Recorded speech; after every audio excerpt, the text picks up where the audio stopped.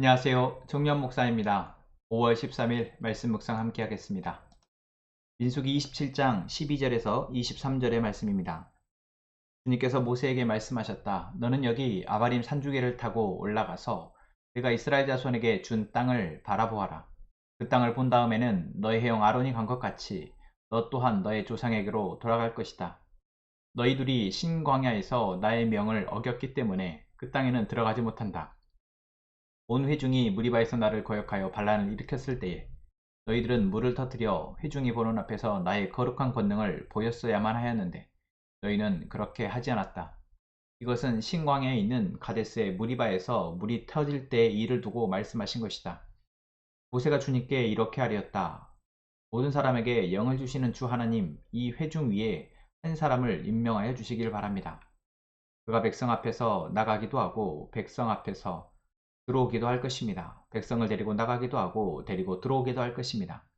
주님의 회중이 목자 없는 양떼처럼 되지 않도록 하여 주십시오.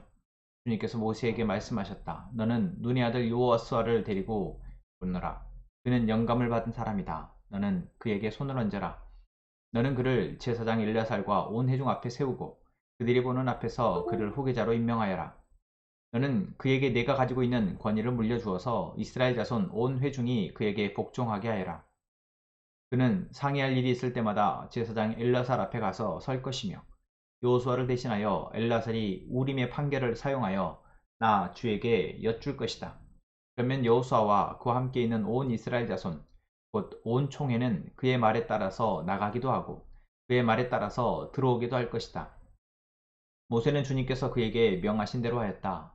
모세는 여호수아를 데려다가 제사장 엘야살과 온 회중 앞에 세우고 주님께서 말씀하신 대로 자기의 손을 여호수아에게 얹어서 그를 후계자로 임명하였다. 아멘.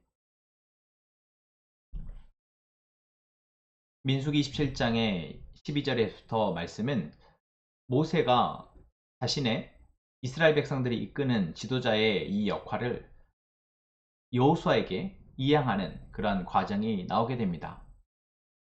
하나님은 먼저 모세에게 말씀하십니다. 산에 올라가서 가나안 땅을 바라보라.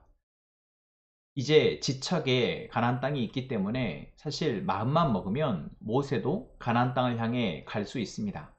어쩌면 그동안의 수고의 보상으로 가나안 땅을 들어가는 것을 마땅하게 당연하게 여기는 것이 맞습니다. 그런데 오늘 하나님께서는 모세에게 너는 여기까지다 라고 말씀하십니다. 그리고 그 이유에 대해서도 너가 무리바에서 불순종하였기 때문이다 라고 말씀하시죠. 참 서운할 것 같습니다. 그동안 40년이라는 시간을 하나님의 맡겨진 사명을 감당하느라 갖은 고생을 하고 마음고생을 하면서 여기까지 왔는데 그 한 번의 실수로 너는 그만 여기까지다. 너는 가나안 땅에 들어가지 못한다. 라는 말을 들었을 때 얼마나 서운할까 한번 생각해 봅니다. 이것이 인간이라면 마땅히 갖는 감정이죠. 내가 수고한 것에 대한 대가를 받는 것. 남들이 다 갖는데 나는 갖지 못하는 것. 이거는 참 우리를 고통스럽게 할 것입니다. 이러한 마음 가운데 모세는 어떻게 하나님을 아뢰입니까? 자신이 이제 이 역할이 끝났다는 이야기를 듣고 바로 하나님, 이 백성을 이끌어갈 지도자를 세워주십시오 라고 말을 합니다. 이 말은 곧 모세가 그동안 이끌어왔던 이스라엘 백성들에게 무엇이 필요한지 누구보다 잘 알고 있기에 그 역할을 맡을 사람을 하나님께서 세워주시라 부탁하는 것입니다. 음, 인생의 시작도 그러하지만 마지막도 참 아름다워야 한다라는 것. 여러분, 우리에게 중요한 화두입니다. 인생을 과정 가운데에서 바르게 살아가는 것도 너무나 중요하지만 그 마지막까지 아름답게 바르게 살아가는 것 참 쉽지 않은 일이기도 합니다. 우리가 참 훌륭한 사람들이 자신들의 수고의 또한 노력의 대가로 많은 성과를 이루어내는 것 우리는 많이 보고 그것에 대해서 우리가 높게 평가하기도 합니다.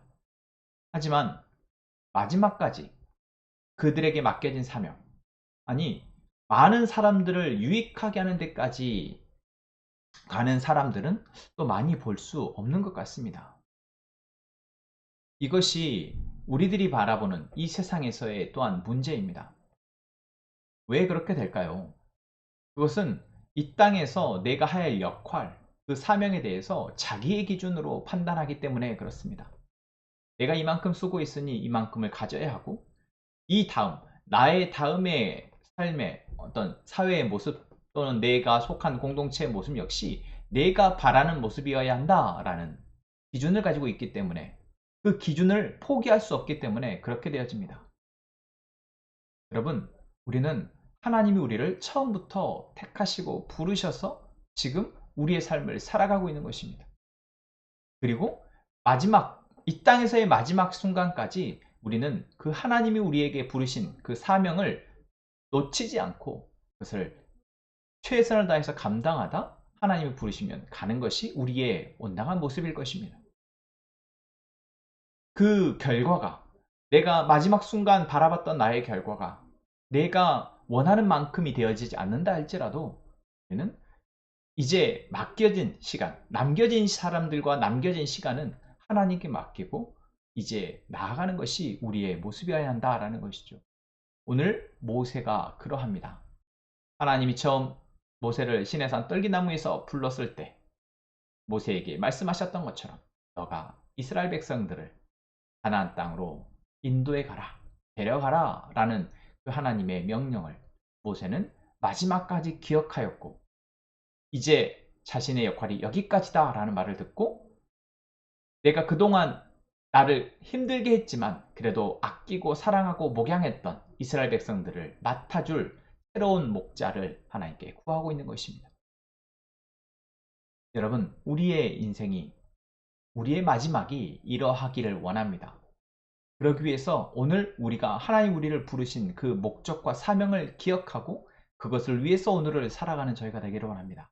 그리고 그것이 지금 이 순간만이 아니라 우리의 인생의 마지막까지 변하지 않기를, 그때에 가서도 우리가 하나님이 우리에게 맡겨주신 그 사명에 맞춰서 마지막 하나님 앞에 기도를 드릴 수 있는, 또한 우리 주변에 있는 사람들에게 마지막 말을 남길 수 있는 저희가 되기를 원합니다. 그러기 위해서 오늘 내가 나의 삶의 목적으로, 사명으로 무엇을 붙들고 있는지, 무엇을 쫓고 있는지 알아봐야겠죠. 하나님이 말씀하시는 것을 듣고 그 말씀하시는 것을 살아가는 것, 100번, 1000번 말해도 반복해도 결코 부족하지 않을 우리들의 삶의 기준입니다. 하나님이 여호수아를 세우라 하십니다. 그리고 그 여호수아에게 하나님이 모세에게 맡기셨던 역할을 맡기고자 하십니다. 그때 하나님이 모세에게는 직접 말씀하셔서 하나님의 뜻을 말씀하셨지만 여호수아에게는 제사장을 통해서 말씀하시겠다 하십니다. 저는 어쩌면 이것이 모세에게는 한 가닥의 위로가 있지 않을까 싶었습니다. 하나님이 맡기신 그 역할을 내가 하나님과의 영적인 소통 가운데에서 하나님의 음성을 듣고 그것을 살아내는 그 기쁨이 나에게 있다면 그것으로 만족하며 우리의 삶을 마칠 수 있는, 그 어떤 것보다 내가 하나님의 음성을 들었고 그 음성에 따라 나의 삶을 살아갔던 그 지난 시간이 너무나 감사하여 그것에 기뻐하는 그런 저희가 되었으면 좋겠습니다. 함께 기도하겠습니다. 하나님, 하나님이 우리를 사랑하시는 그 사랑을 우리가 알고 이제 그 사랑에 의지하여 다시 한번 기도합니다. 우리를 부르신 하나님의 그 부르심의 사명을 우리가 기억하고 하루하루를 살아가게 하시며 그 부르심에 합당한 삶을 우리 인생의 마지막까지 살아낼 수 있도록 우리를 붙들어 주옵소서. 모세가 그러했던 것처럼 우리도 우리의 인생과 우리와 함께 살아가는 우리의 가족과 우리의 교회를 향한 하나님의 그 뜻을, 그 부르심을 온전히 지켜내는 우리의 삶이 되게 하여 주옵소서. 함께 행복한 선한목자교회가 그러한 교회 되게 하여 주옵소서. 하나님의 사랑으로 날마다 날마다 서로를 위해서 말씀을 나누고 그렇게 말씀으로 살아내며 살아가는 믿음의 가족이 되게 하여 주옵소서.